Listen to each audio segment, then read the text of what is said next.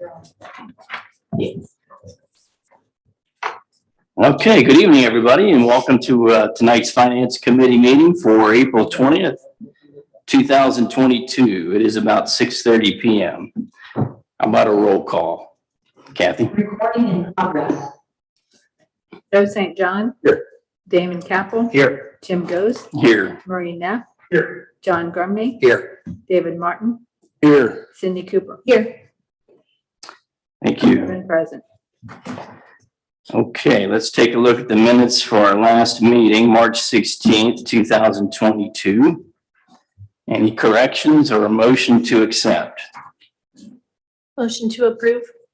Motion to approve by Ms. Cooper. Second. Second by Mr. Grumney.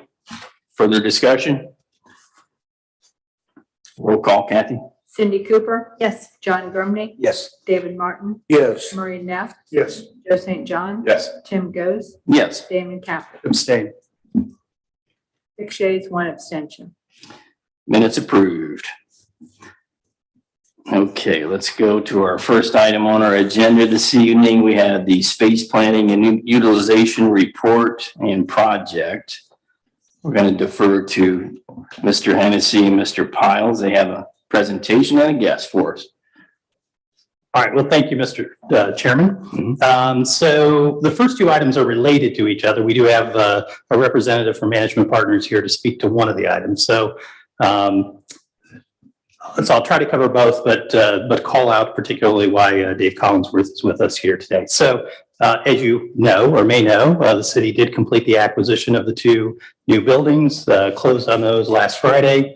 And so now we move to the next phase of the project, which is the planning, design, finance, and ultimately the construction of the municipal building, those two acquisitions, and then some work as it relates to our service department as well. So we had put out a request to identify a consultant to assist the city in providing professional services to help us manage the project from start to finish.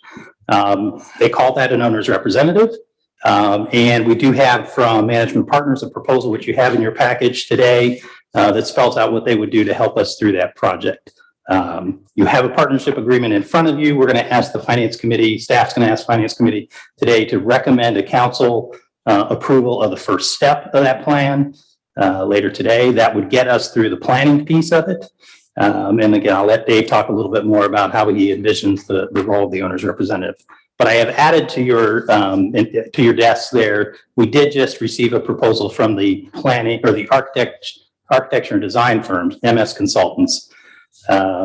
So we're not asking you to take action on that, but they are basically indicating that they would charge a little over $31,000 to basically do some preliminary assessment of the facilities, to do some preliminary programming, interviews of staff, identify some options for council to consider in terms of council and staff to consider in terms of how to allocate the staff, and then ultimately get to what they are proposing to be a 30% drawing. So we're not asking you to take action on that this evening, but it was important, I think, for you to see the context of kind of how these two fit together. So with that, what I'll do is invite Dave up to the podium to not only to introduce himself, talk a little bit more about Management Partners, but talk about how he would assist us in the first phase of this. The proposal that you have in front of you for the owner's representative work is approximately $17,500 to complete that. But again, Dave can maybe speak a little bit more specifically to the tasks.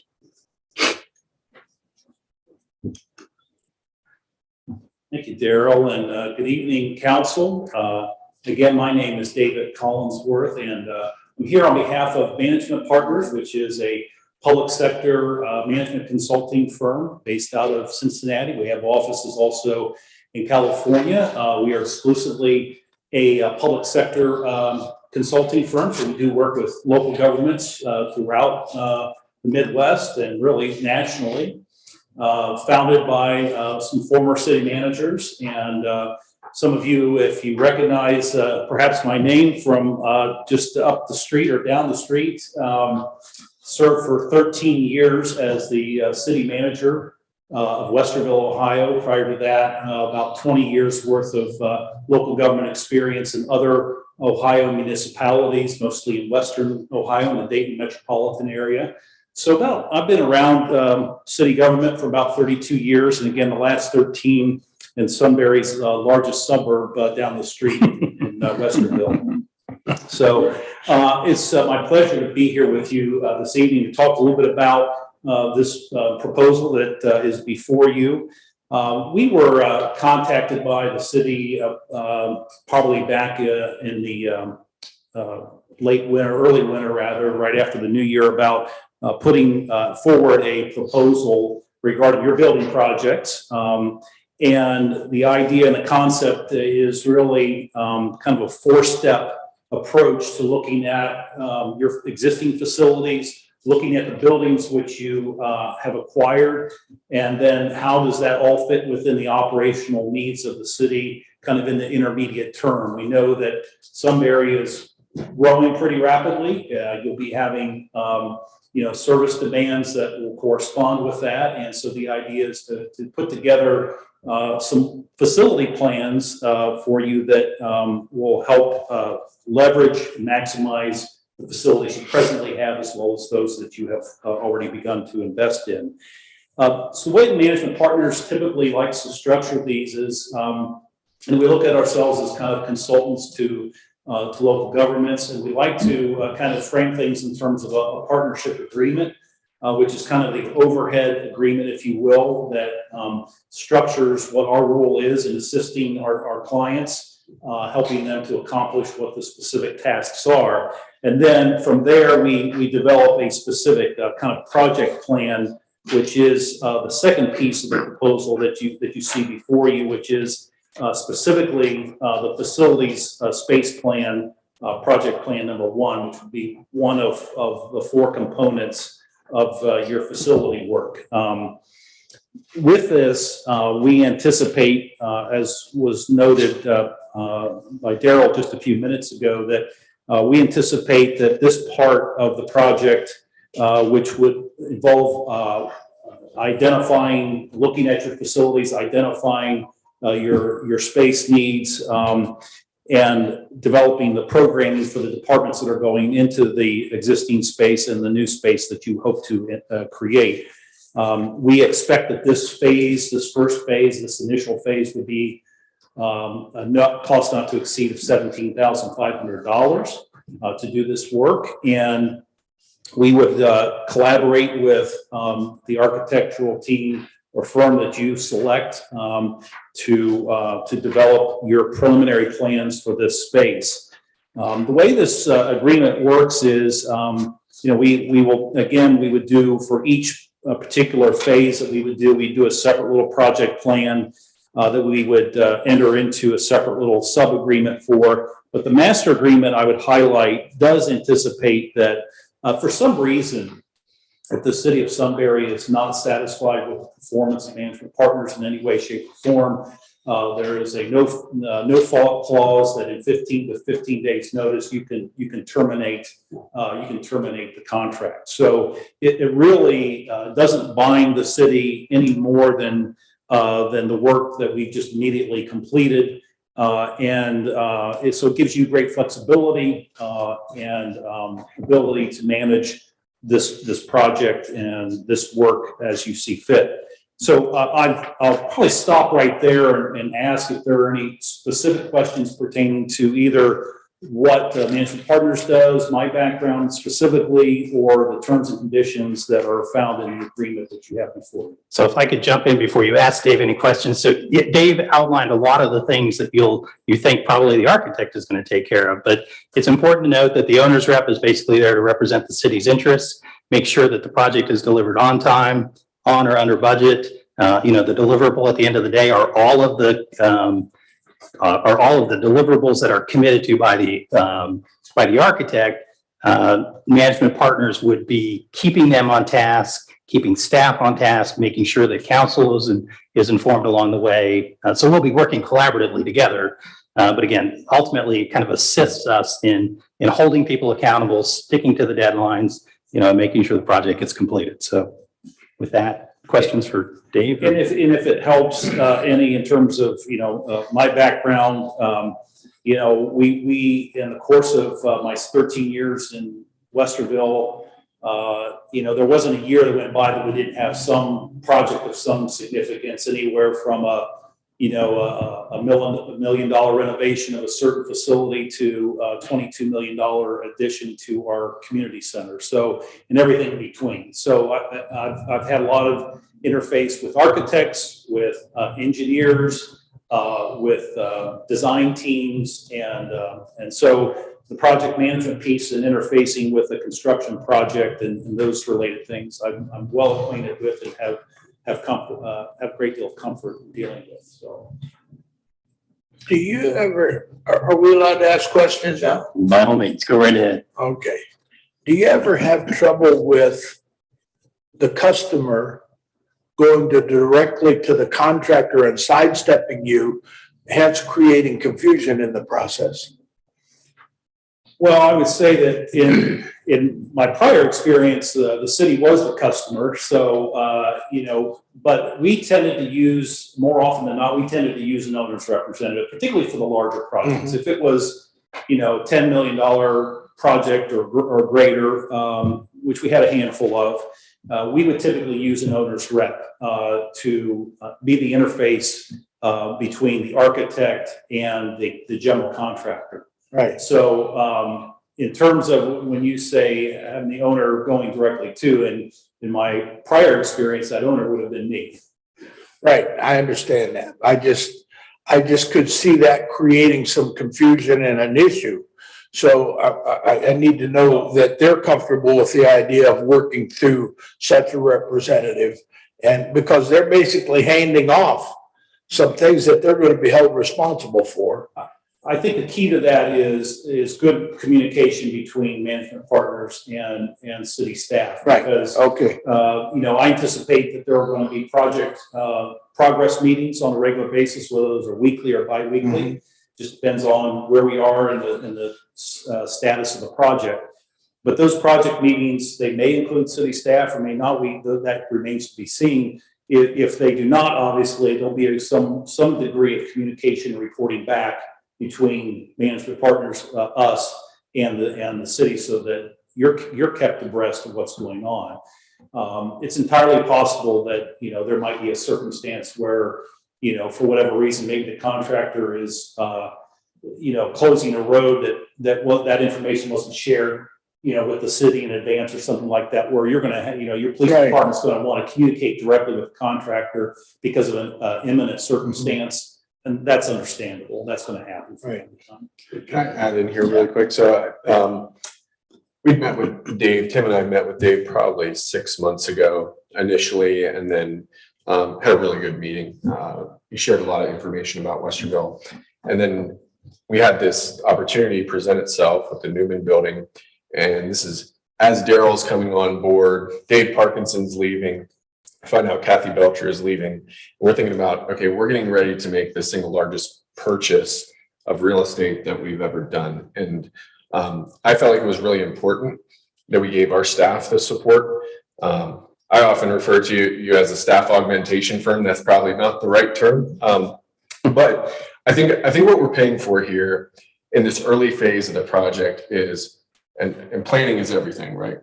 Making sure that the investment we made and how we're going to direct funds and direct resources is managed extremely well early on.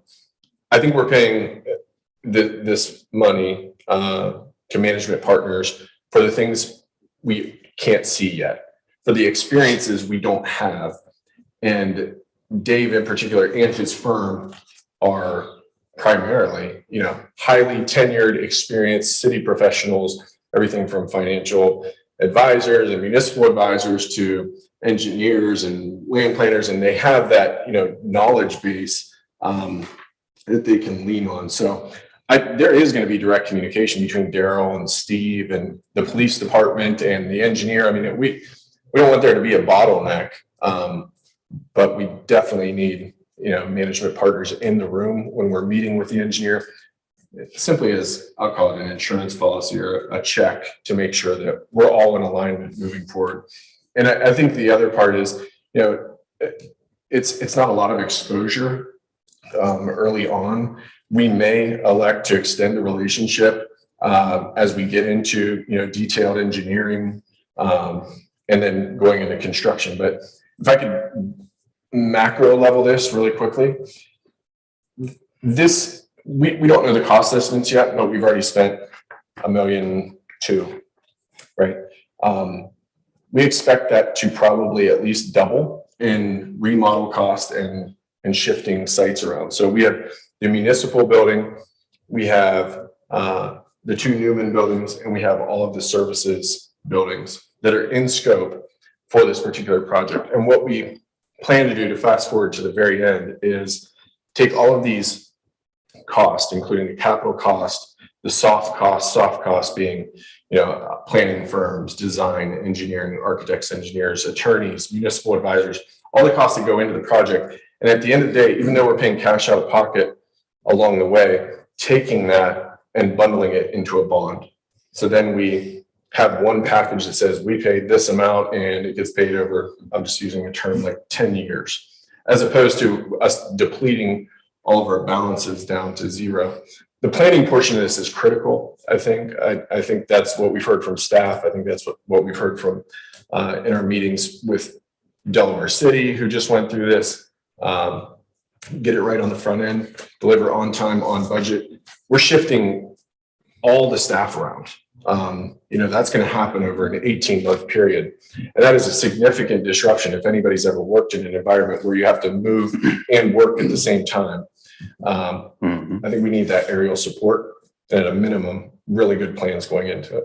Mayor, if I may add too, you know, I've had the good fortune of working with some of the same people that you brought forward on this project with your team, with your FA, Squire Patton Boggs, doing the, you know, the financial advisory piece, and Chris Franzman as your bond counsel, Brian Cooper on the FA side. So I've worked with both of those gentlemen extensively in my time in Westerville, and they're a great group of individuals, great professionals. And if I were making a decision myself today as to who to bring forward on that piece of the project, that's who I'd bring forward. So I think, you know, having that established relationship with that side of the equation as well will be beneficial.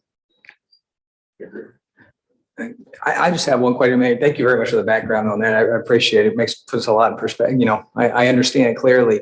And I'd kind of relate it, like if you're starting a big IT project and you're bringing in a vendor and you have a project manager that kind of helps you make sure you select the right vendor and finish it through. But my question is, so when we did that where I work, we had a project manager that came in and helped do the similar things for the project, but they were in there on the ground floor before we selected a vendor. Is this typically when you come into the game is once it's been established what you're working with, or do you ever, you know, are you ever actively involved before the acquisition, say, of buildings or things like that? Or is it typically?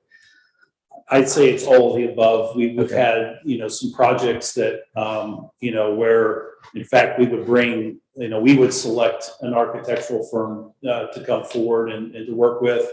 Some where we may be called in the middle of a project to help get a project to completion, and then everything in between. So I think Management Partners has, you know, the background on all those different types of project arrangements, and we're, you know, I think we're willing to meet the client where the client is, and if that's where, you know, you want us to come in at a certain phase in the project, that's where we'll come in. I hope that answered your question. Yeah, absolutely. And do you find an advantage or disadvantage for either way, whether you're there from on the ground floor or where you come in a little bit later? I'd say there are pluses and minuses to both, you know, and I think the city's intention is to have, we started down the path of looking at an architectural firm that wasn't Central Ohio based. And I can understand the sensitivity to that, wanting to have somebody that's more, you know, regionally focused. So I think, you know, that type of approach makes a lot of sense. Thank you. Yeah. Yeah, so the proposal that we have on the table is actually the second version. The first version included additional cost and an additional firm that Management Partners had selected. Again, this is in a period of transition, and I'm not copping out of the reasoning why we switched directions, but we gained new information as the first proposal was coming out. And personally, I put a lot of stock in the city of Delaware's recent remodel of their municipal facility and their justice center, which is more or less like their new courthouse. And they had used MS consultants for that particular work. I had met with them individually, and then a group of us, Cindy, myself, Tim, and staff met with MS consultants and had a really good, specifically with the architects and the engineers. We felt like they would bring what we needed to the table. Went back to Management Partners. They were extremely flexible with us, reduced the cost of their proposal. And I think it's going to be a really good kickoff to this initiative. I think our staff's going to be the ones that benefit the greatest from the decisions we're making here. Yes, I agree. Mr. Mayor. Thank you for all those comments. Just to clarify on the cost, I thought I heard 17,500. Is that right, Daryl? Yeah, so that's what we're recommending, that the approval of project plan number 1, which is 7 units of service. That's the way it's referenced in the partnership agreement, which is a total of up to $17,500. Again, that gets us just through the planning phase. So we'll have subsequent discussions about their role beyond that. And we have this on the agenda this evening in council, right? We do. Yep. We have to wait until then to motion, correct? To Motion and vote. Yes. Yeah. Okay. Excellent. Well, thanks, Dave. I don't have anything further. Dave, do you have anything? I was just going to say, so with that, would we like Mr. Collinsworth to stay around for the council meeting, or do we feel like we've heard what we need to hear and, he's free to take off? Could I maybe make a recommendation that's in between both? Maybe Mr. Collinsworth could stick around while we review the MS consultants piece of this. If we have any questions, like Mr. Grumney or Mr. Martin asked earlier, which are very valid, and make sure that we're all on the same page in terms of how the two companies and Sunbury mesh together. Yep, absolutely. That'd be okay, Mr. Collinsworth? I think that would be it's a good segue And right into it. Yeah, I'll give you the document that I think we're referencing here in just a second. So, all right. So, as the mayor had indicated, we did get a proposal late this afternoon from MS Consultants. I placed the cover note and the summary at your desk.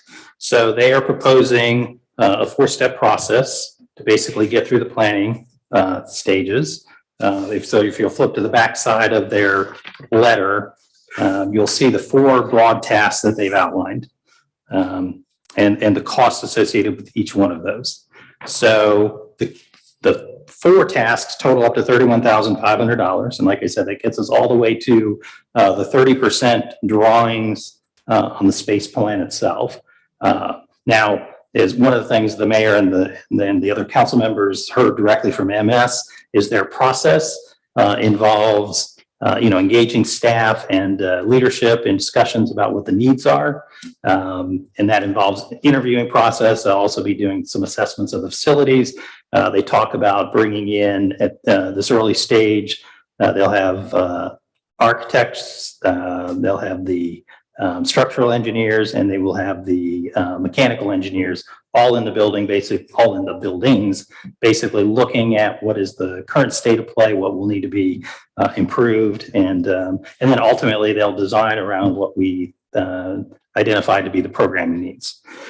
Along the way, there are, I think, 2 meetings outlined for council.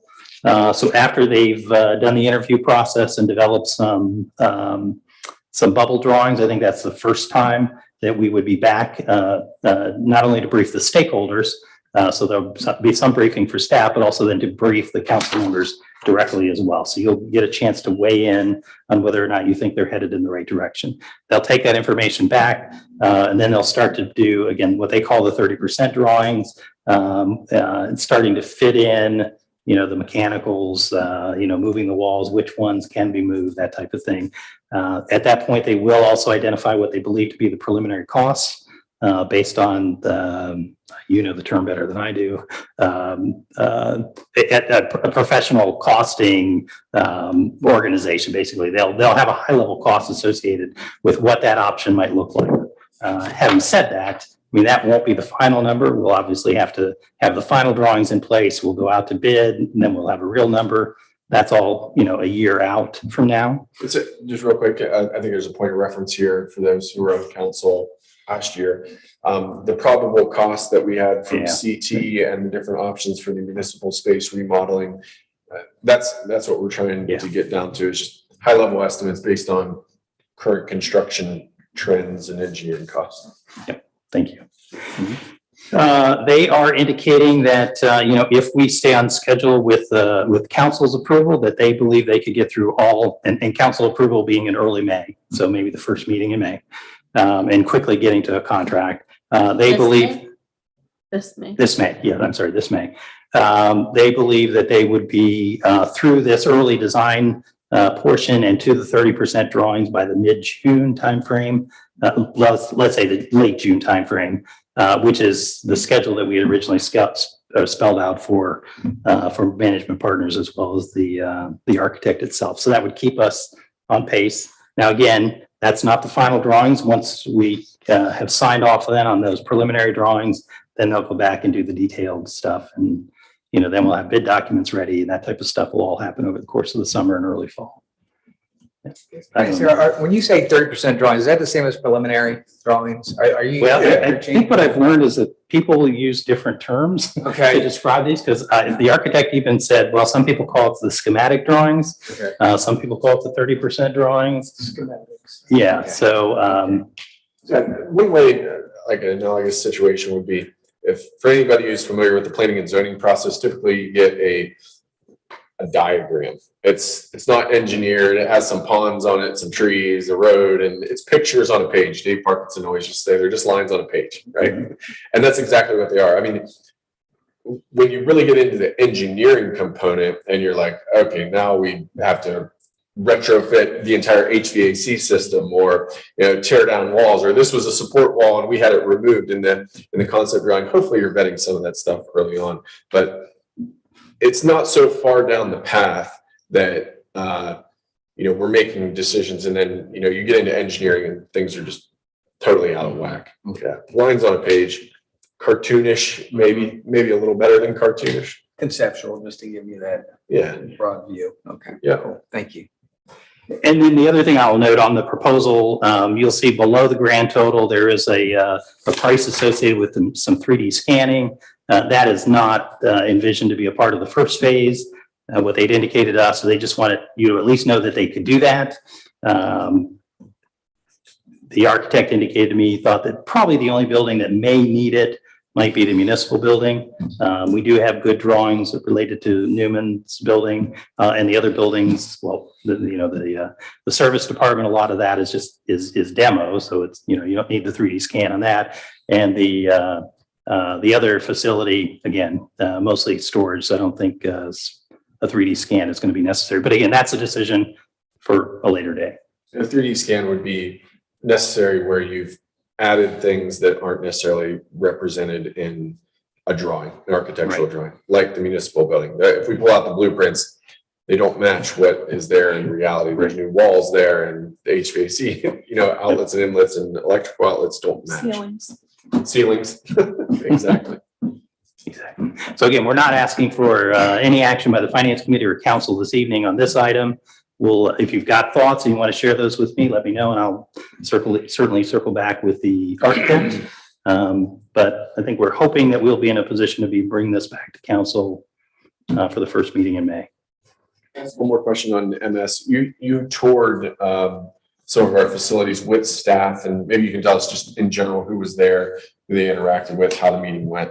Yep, no, that's a great point. So the engineer or the architect and a couple of members of his team, I think it was last Monday. So Steve and I, the police chief and the deputy chief, had a chance to talk to them a little bit about what is going on in the municipal building. We did a walkthrough of the facility.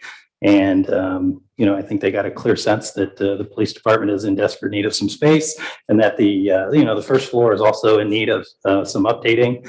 Then we were able to walk through the new acquisition buildings, their preliminary thought on that.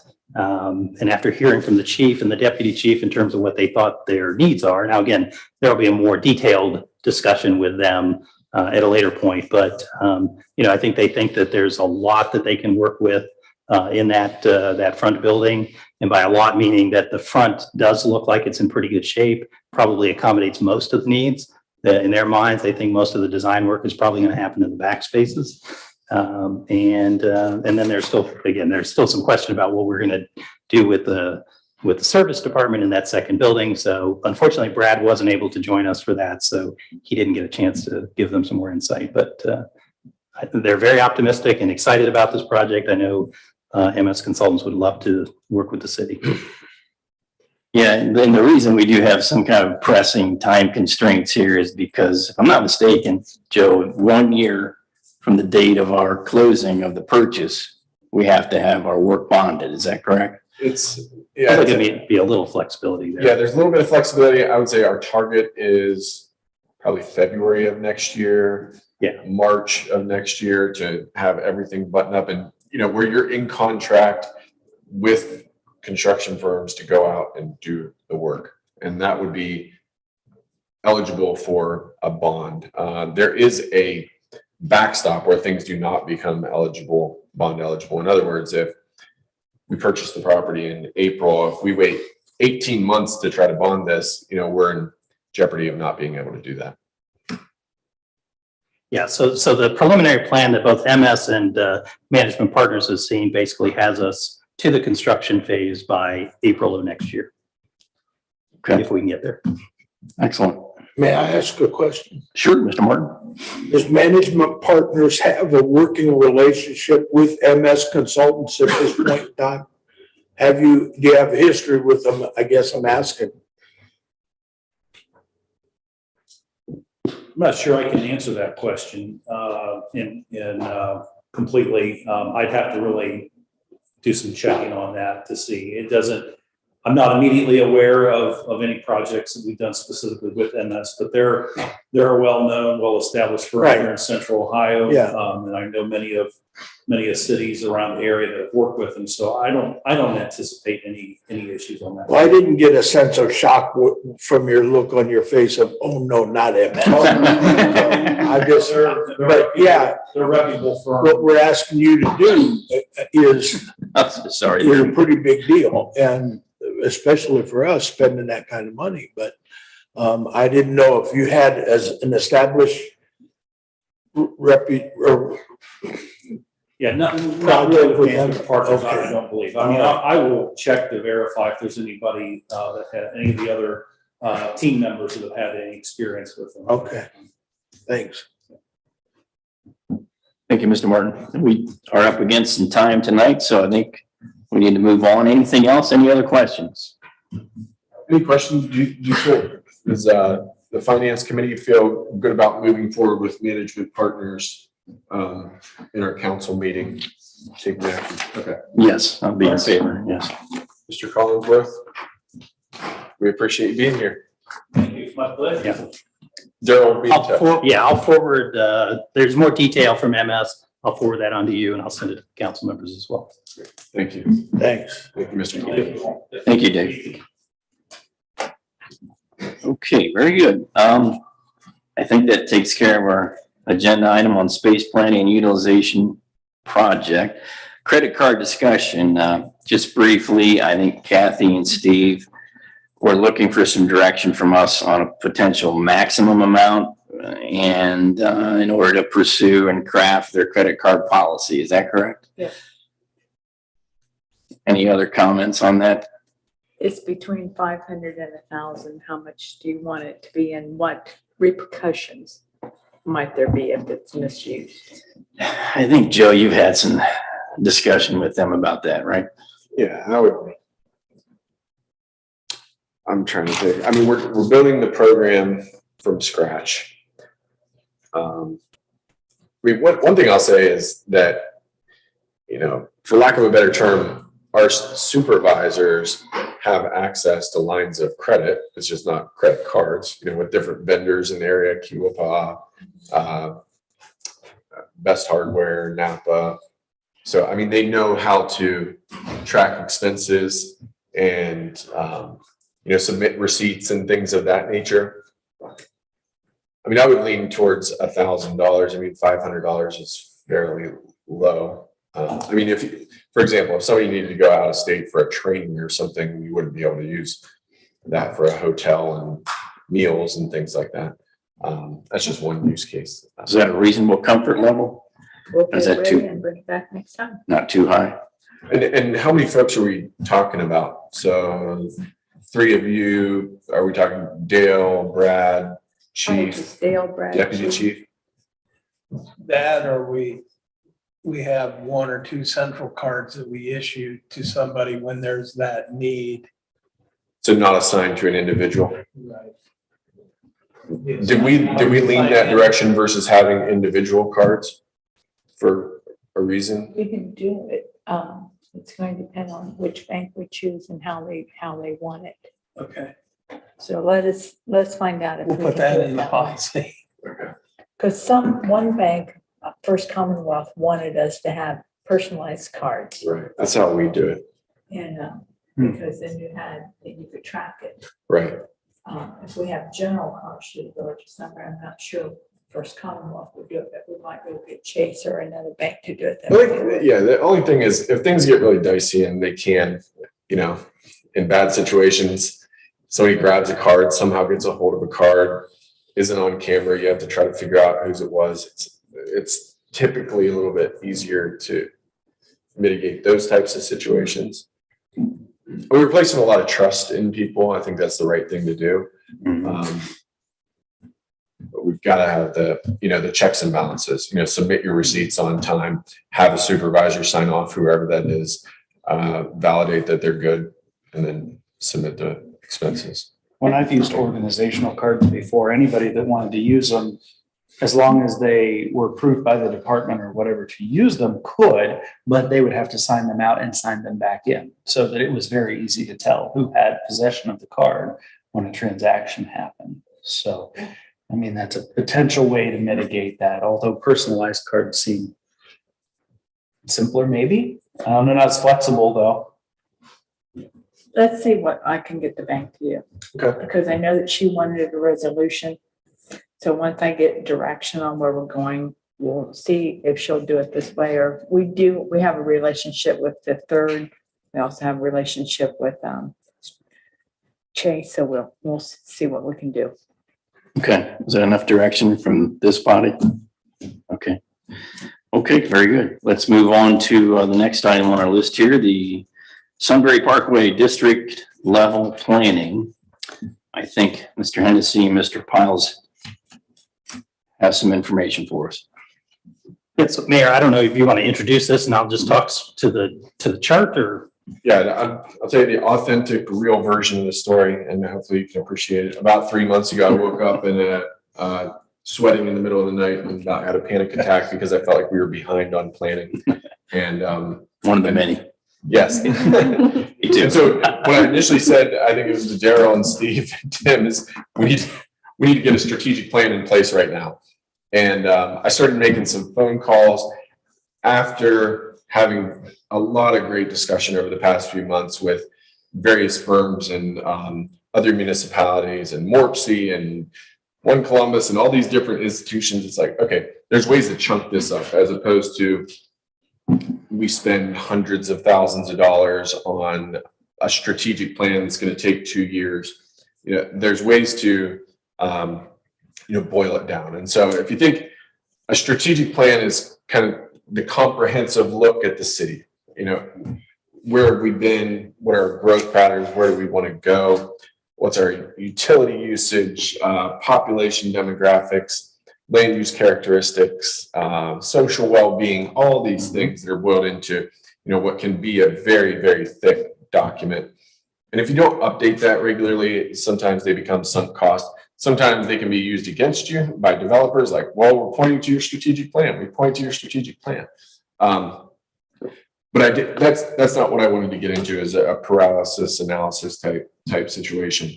And so there's an accord level plan, which is where you look at a broader area, let's say Delaware County or the school district overlay, and you start looking at land uses and thoroughfare plans and things like that. And then there's a layer down from the strategic plan, which is called a district level plan. And so I think in concept, where we're going in the short term is a district level plan. You have an exhibit in front of you. It's taken a while to get to, because we're trying to figure out how we can guide development in and around the future Sunbury Parkway, while respecting property owner rights, while respecting the boundaries of the adjoining townships. And so what we came up with was this particular diagram in the planning area. If you think planning, a district level plan, one way I would say the way you could feel a good plan is if you drove through Bexley or New Albany or Granville or Dublin. When you go in and out of those municipalities and you're into a township, or you get into an area outside of those areas. Those were well planned. I mean, if you think architectural standards, branding, the look and feel, the land use transition from one to another, there's a sense of like prosperity as you kind of get in there. You're like, okay, I feel like this is a good feeling. I don't know exactly what it is. Tree lined streets, accessibility, all those things. We want to plan this now. We want to guide our development community now. We have a stronger relationship now with ODOT and the county in terms of us all moving in the same direction, in terms of all making sure that, utilities are, sized appropriately and priced appropriately. And we've delineated boundaries, so we're not duplicating efforts. That's the bottom line of this. And I have presented this in concept to, not the proposal for the planning services, but to Berkshire Township and Galena. Both declined to be involved in this effort. So we are going to go in it alone. I think that, this is the right thing to do for people that live in Sunbury and people that live adjacent to Sunbury, because it's going to affect them as well. So with the exhibit that you have in front of you, it's pretty self-explanatory. Daryl did a really nice job. Daryl, it's your work. Why don't you go ahead? I'm going to be really quick because I know there's a lot more to do. But again, I think at this point, we just want to make sure council understands kind of what the planning district is being defined as, because it is more than just the city of Sunbury. So basically on packet page 14, you do see what the green area, what's bounded in the shaded green area is actually proposed to be the planning district. It does include a little bit of Berlin Township, a little bit of Berkshire Township as well. We do have some words around this though that says that, again, we're trying to understand land uses and how they, not just in our jurisdiction, but in these other jurisdictions that could impact the parkway. So that's the reason we've tried to define them more broadly. So the great news, and this was a suggestion from Wes, which was very, very helpful. So what you see then outside of that, well, actually everything in the proposed planning district is bounded by a couple of other plans that are already public knowledge. So if you follow the red line around here, you basically would look at what ODOT has defined as the plan area for the purposes of the I-71 interchange and Sunbury Parkway project. If you look at what's bounded by the blue, ODOT defined that as the land use study area in that very same study that they were doing about the interchange. And then what is bounded by the yellow line is basically the service area for the Little Walnut Creek Interceptor, which the city recently built. So you can see that what is in the proposed area is fits neatly within those defined areas. And as I said earlier, all of that is public information. We just want to make sure that council understands that if we put something out on the street, that you would be comfortable with the fact that, again, it does cover a little bit of a jurisdiction outside of Sunbury. So. Yeah, I think that's a good plan. And I would say the output doesn't mean that this entire grid is going to be filled up with development. I don't want you to think that. It's taking this swath of area into consideration. And so we can limit the scope for the the planners, so they aren't looking at, the town square and saying, what are we going to do at the interstate? And So- I was just gonna ask you, can you speak to next steps? Yeah, I was gonna say, so we have put together a draft proposal as well, which I'll begin to circulate. I think we've talked about it internally a couple of times, but might be ready once we're comfortable with the planning area now to begin to see the words around that. It is a request for proposal for professional services for the district plan, for the Sunbury Parkway district plan. This could be it probably will be an expensive effort for the city. We do ask for pricing from anybody who's interested in submitting a proposal. So we don't have a number at the moment, but again, we would anticipate this to be a pretty expensive effort. But long before we ever get to that point, we really just would get the plan out on the street, begin to solicit some feedback. Once we have some feedback, we'll begin to kind of sort through those options. The one thing I should mention is I do at least note that a steering committee, which would include members of council, staff, and I did include at least one city representative, would be maybe a part of that team to kind of narrow the selected contractor to kind of help then guide them along the way. I mean, we can still talk about whether we think that's the right combination of folks, but that's at least what's in the preliminary draft. Can you repeat that last part? Who were you thinking? The steering committee, so representatives from council, staff, and at least one resident. Because we do say that we do, want to build this plan around, the community's vision for what they see the future of the Parkway being, and also the stakeholders who are impacted by it, the property owners, the developers who are participating in this. So I mean, community engagement is a big part of what we'd hope to get for this. So that was the reason I thought maybe, including a resident.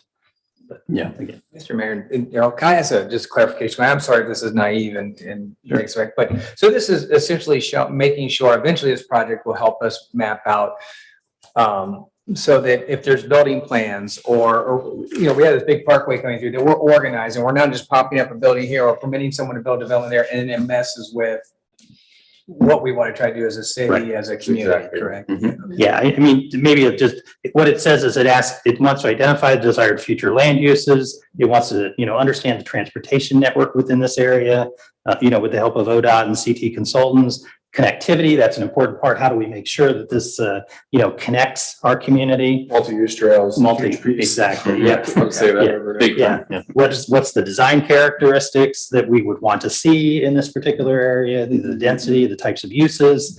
So it could be all of those, and a market analysis, so we can get an understanding of kind of what the economic development opportunities might be for us along this parkway. So it's those types of things that we're. Thank you. And I mean, I'll also just add in one additional piece that I think is pretty practical. You could drive down Cleveland Avenue 161 in the heart of Columbus and say, okay, that's where it was not done right. Mhm. It got a very choppy feel. If we think about the architectural standards alone, those are additional costs, right?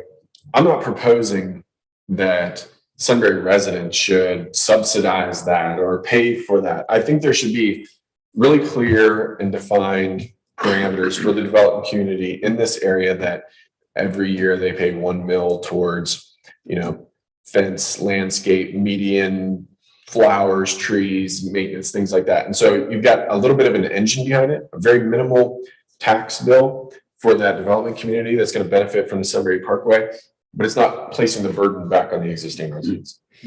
We want to set an expectation with the existing landowners, the developers, and all the stakeholders. And I've met with a couple of them about this, and they've actually really embraced it because they're like, this is going to be good. Guidance and boxes and direction is what we want when we come in and say, hey, here's 150 townhomes and there's pitchforks at the door. They don't want that. They would have more direction. Yeah, so no action tonight. Again, any additional feedback, share it with me and we'll incorporate it. Okay, very good. Thank you. All right, a couple more items here. We're running short on time. Let's go to, I think, building department. Mr. Piles had some information for us. Sure. If you're not aware, we have currently a building department. We do residential building plan review and inspection. The commercial projects, non-residential and multifamily go to the state of Ohio. I've had a concern when I came on, and it's grown as your administrator, that it's very challenging to have a building department. The state's continuing to put additional certification and ongoing professional education to maintain certifications. We don't have a volume of business to maintain a full-time inspector. And so we have folks that it's either their retirement or their side job, which is fine, but it's not best for our customer service, which is our residents. We did go through the ISO rating for the first time ever last year on the building department, and we did get a rating, but we could get a better rating. So what will be coming, and this is kind of a coming events type of discussion, is the option of becoming a sub-department to Delaware County's building department. Currently, they do all the townships, Galena, Ostrander, and Shawnee Hills. I think it's going to do some positive things for us. One, their plan reviewers are certified, their inspectors are certified. It'll standardize and improve our process and ultimately the service we're able to give our residents. The builders will have a more predictable situation to deal with. The county department actually has a pretty good process in place in terms of electronic plan submissions. They do online scheduling of inspectors right now. When we issue a building permit, it's got the list of our inspectors and says, call them and arrange your own appointment. Sometimes we're challenged with phone availability and inspector availability. Anyways, it all gets back to, I think it will improve our customer service, cut our risk, and just have a better process for people. And should you decide to go that recommendation in that direction, they will have to bring forth a couple different documents for you. Sunbury and Delaware, we've had discussions. They provided us with a sample agreement contract. We'd have to apply to the state of Ohio to become a sub-department as opposed to a full department for both residential and commercial. And then we'd have to have an ordinance authorizing the contract certification from the state and amending our building department ordinance that talks about who does what. I know that the fire department also supports this in terms of their ability to deal with Delaware County and their commercial inspection. And probably as important is the agreement, the proposed agreement has 180-day notice. So we would only, we could give it a try for a year and a half, and there still is an exit ramp for both parties. So it's not like once we make that decision, we're never able to go back and revisit it. So it's an important step as we become a city to professionalize and optimize that piece of our business. And so that's kind of, again, a coming attraction, or you're going to be seeing probably next month some of the actual documents to affect this change. So. Excellent. Thank you. Is there any definitive direction or action you want to see from us tonight? Not tonight, unless there's, Mr. Martin seems to be thinking about it in a I'm just looking and listening. Okay. But yeah, I'll answer any questions that you might have at this point, and prepare whatever more information you might want as you approach making that decision. Anything further? It's really well said, Steve. Nice job. Thank you, Steve. We have just a couple minutes left. There are a couple of quick items here on the list. I don't know if we really have time to discuss them or if, I don't know if Mr. Mayor would like to take a minute or two at all on the Director of the Finance job posting status. Just briefly, can you update us? Sure. You want to, it ends next Friday. Right. Yep. We've gotten, when I checked for my report, we had 13 applicants. We may have still, We're up to 14. we're up to 14. That's up significantly since Yeah. our last meeting. Yeah, and we've actually got a couple applicants that I feel very comfortable with. They're coming from a municipal background, so, and we've got some other potential candidates, but, I'm not in a position where I'm going, oh my, we haven't drawn anybody in. We've drawn a couple, I think, what are viable candidates for the position. Excellent. Interviews shortly, right? Yeah, once it closes, we'll start that process and at least talk to those top candidates, if not a few more, because things happen, as you well know, in those processes. And then we'll certainly afford an opportunity for council to meet them or select members of council and get your input on it also. The decision won't be made in a vacuum, that's for sure. Very good. Thank you. Any other unfinished business or new business for tonight? A motion for adjournment. Motion. Motion by Mr. Martin, Second. second by Mr. Capel. Discussion?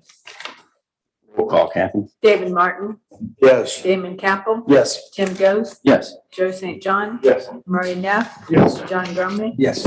Cindy Cooper, Yes. 7 yeas. Meeting adjourned. Thank you.